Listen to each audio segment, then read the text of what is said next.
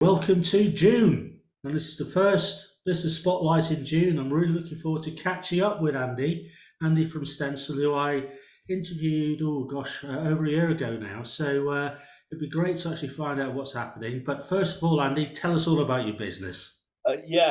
Thanks, Tim. It's Stencil. We're a creative agency based in Nottingham. Part of what we do, we offer accelerated opportunity to young creative types. So we've got a very young team, apart from myself and the other old lag that runs this sort of business. We're a very young team between 19 and 25 broadly, and there's 19 of us. We're mainly in the office in town because they're learning the job very much, and we still feel very strongly that it's part of learning the job is about being around people. We do have some more senior execs that sort of work remotely, but by and large, we're all in here in the Antenna building, which is down near the near Confetti in the east side of the city in town. Absolutely fantastic. So I know it's been a deliberate policy to actually bring in new talent into the business. How's that going at the moment? Yeah, I mean, we we've always done it really. I think, and I think our abilities to do it. Again, I talk to people about doing. They ask you about your business, and they all nod along, and you know. But the reality is, it's quite hard to develop young creative talent. It's you have to take a lot of focus. You have to give them a lot of focus, and rather than focus down on your work, you've got to focus across on their work a lot more than you would normally, because you're trying to get them up to speed. And when you've got busy people, senior executives, the last thing they want to do. But we do particularly well at it, and I think it's all born of my background in particular is professional sport, and in professional sports teams you have, I use the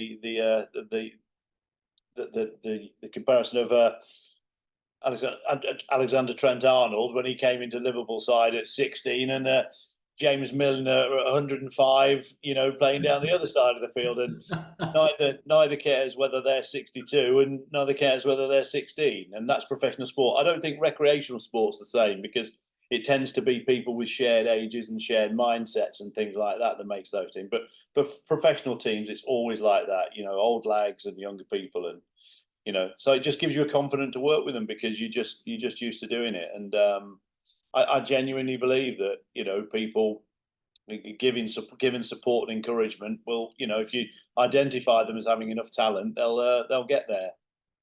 Does it We keep? were in London last night actually for some Okay. awards that we've nominated for, and we didn't win any this time. We won before Christmas, which felt really, really good. So it feels good, and we're doing well, and we're making a bit of a reputation for ourselves for what we do and how we do it. Go on, shout out which award did you win before Christmas? We won a BSME award, which is it's a magazine based, print digital based magazine for art direction. For one of the things we do, and we were nominated for three last night, and the talent awards. We didn't win any this time. We lost to GQ, we lost to Vogue, and we lost to Which magazine. So conservatively, with 100 times our budget for stuff. That's Yeah, absolutely, well, yeah. That's fair enough. When you're against those sort of guys, you kind that's of. that's But the great thing, you were against them, weren't you? You were there in the mix. yeah, being nominated felt great, and it's peer based, so it's people that know what they're doing and know what they're looking for, and we're proud of what we do. And the magazine in particular, it's interesting because it's the only part of the business, the only project everybody in the business works on. Everybody else, all the other projects, it's project teams on it, but everybody feeds into Pitch. It's a multi sports title sort of thing that we do. That's I it. think And we're getting it, what's it called again? Pitch Stories in Modern Sport. Pitch Stories in Modern Sport. And I had a funny thing. I went to at the turn of the year. I went to America, to New York, where a client thing. There we did a big trade show for one of our biggest American clients. And I was walking down Fifth Avenue. I love Barnes and Noble, the bookshops in America. I don't know whether you know that Yeah, yeah. they merchandise some magazines beautifully. And I walked in, I saw a magazine on Fifth Avenue, saw it on the and I knew that we'd exported some, but it was just such a shock. I turned around and went straight out of the shop. I didn't, it just sort of caught me off guard, sort of thing. So then I got my wits back together. I thought, well, I better go and take a photo of it and stuff like that and things. But it was really, really, really, really cool to think. It got from our little business here in Nottingham, and it was on Barnes and Noble. down near the Rockefeller Center on Fifth Avenue, sort of thing like that. Something that we did, but yeah, That's that's brilliant. What a great story. So yeah. I suppose as well, working with lots of young people, it keeps you young. I mean, so they tell me, but as you know, it doesn't always feel like that. You know, you feel the oldest person in the world sometimes. But I think I've got quite, I'd say, quite a young energy and quite a young outlook. And the one thing that, whatever anybody, if people talk to me about, it's a tiny business we have and all that, but if anybody talks to me about running businesses, what does it take? And I say more than anything, it takes energy. Definitely, it's if you haven't got enough petrol in the tank on Monday morning, when you come out, I think they're bloody long weeks, aren't they? When you're looking to drive a business forward. So yeah, so I think so. I think I've got touch wood, just the right amount of energy for now, I'd say. But yeah, it's fun. Fun. Fantastic. So just going sort of obviously it's a policy of recruiting young talent. Now, I'm going to throw this out, and I personally don't believe it, but people actually say, oh, they don't want to work. They're not useless is the wrong word, but their attitude's different. Everything's, Gen Z, da da da. I don't think that's right, is it? I mean, no, I mean, undeniably, young people are different to people of my generation and an intermediate generation and everything. And but that's the same with every generation. Every generation that comes through has its quirks. And what I think's different about the progressive generations from the 70s forward, really, I think, is that there's they've never known unemployment like there was before, where there were no jobs. Now there might be not be the jobs you want, but there are always jobs. People aren't scared of not having jobs and having work, which makes attitudes to work completely different. They also think about work instead of being, I'm going to work 15 years for this company, 15 years for that company, and then we're done, sort of thing like that. I just don't think they think like that. They think about what's going to be interesting to me. So if you're not making the jobs interesting for them and they're not getting enough out of it, you will lose them. And realistically, I don't think that's different to any generation. If they don't feel valued and don't feel included and engaged, that's just everybody. So you're just under that little bit more pressure, I think, as well, because as you get a bit older, and if you're cursed with a bit of self-awareness, you think things, you do see the world differently. So you have to really, really think about how they're seeing the world and not judge them for it. Try to find out how they see the world and base your decisions on that. We as a business, it's so different to how I've known businesses run in the past. We do very few all point comms, sort of thing like that. So it's not big all this, big all that, big team meetings and stuff. We're a mix of, we use back channels all the time in work. So there are creative meetings and the likes, but it's a lot more doing and getting on and being part of it. And you either embrace things like that, or you run out of road really quickly. And everybody wants talent in their business, and you've got to respect it. You hear it a lot in football now, don't you? About different generations of football managers say, "Oh, you can't manage like that anymore." And they're not saying it's a bad thing. It's just that you can't behave like that with people. You Mm. can't frighten them about not having a job, or you won't play for me anymore, son, if you don't pull your finger out, because people just turn off. They're not those sort of people anymore. It's a different world, and I'm all right with that. That's a really interesting point because if we look back, I mean, sort of similar generations, you and I, we didn't have the influx and the amount of information that is actually available to everybody. It doesn't matter what your age is, Yeah, but it was totally different. I'd rang my mum and dad from university once a month. I wrote a letter yeah, once a month. My son's now at Bath. He gets a WhatsApp from yeah, his mum yeah, twice every 48 hours. It's yeah. a totally different thing, isn't it? Absolutely. And you either go with that, or you're making life hard for yourself. I think as a business owner and things like that, you either go with it or you don't. All this, I'm not very nostalgic anyway, I'd say broadly, but you can't look back, can you? You can't look back.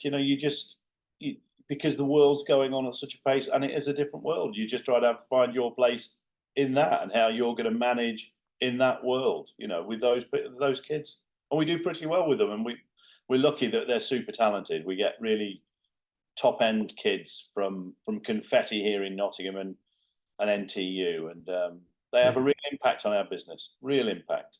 Brilliant. Don't feed back, feed forward. Absolutely, absolutely. You know, and you're just trying to take your business forward all the time, or you are going backwards. You know, you are going backwards, and you know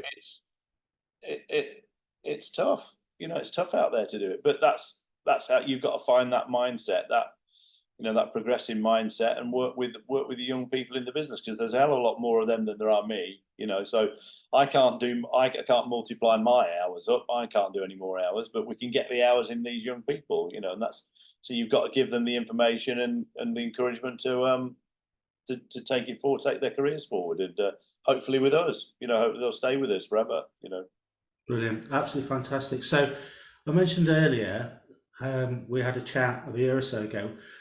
Has anything changed over that year in terms of the marketplace or business? Have you seen any difference?